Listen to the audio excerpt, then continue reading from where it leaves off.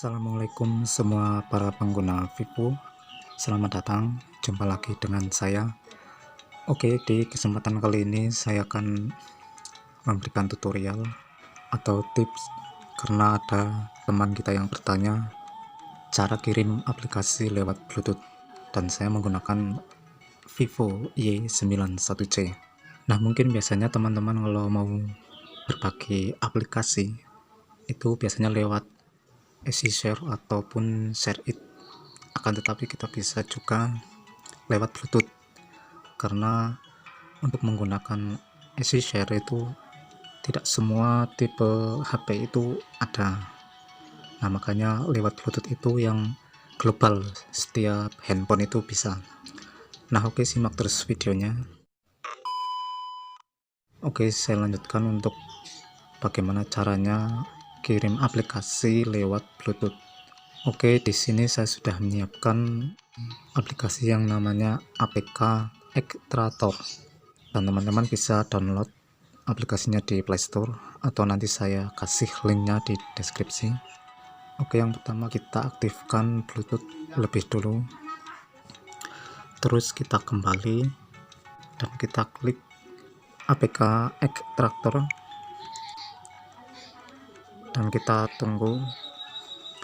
Inilah berapa pilihan aplikasi yang mau kita kirimkan. Saya mau menyontohkan untuk kirim ini aplikasi Instagram. Saya akan kirim ke Bluetooth HP saya yang satunya. Kita tinggal klik titik 3 ini, terus kita bagikan. Nah, kita tunggu. Nah, kita klik lagi Bluetooth. Nah, ini sudah ada yang aktif dan ini HP saya yang satunya Jaka. Kita klik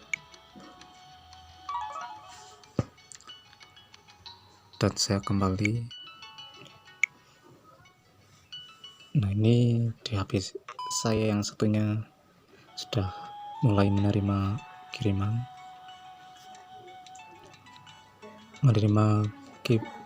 file dari HP ini, dan kita kembali, kita lihat. Nah, ini teman-teman sedang mengirim file Instagram, ukuran file 31,58.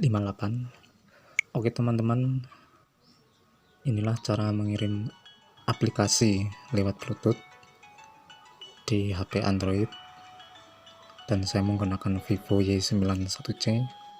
Mudah-mudahan ini bermanfaat. Terima kasih sudah menonton. Sekian, wassalamualaikum warahmatullahi wabarakatuh.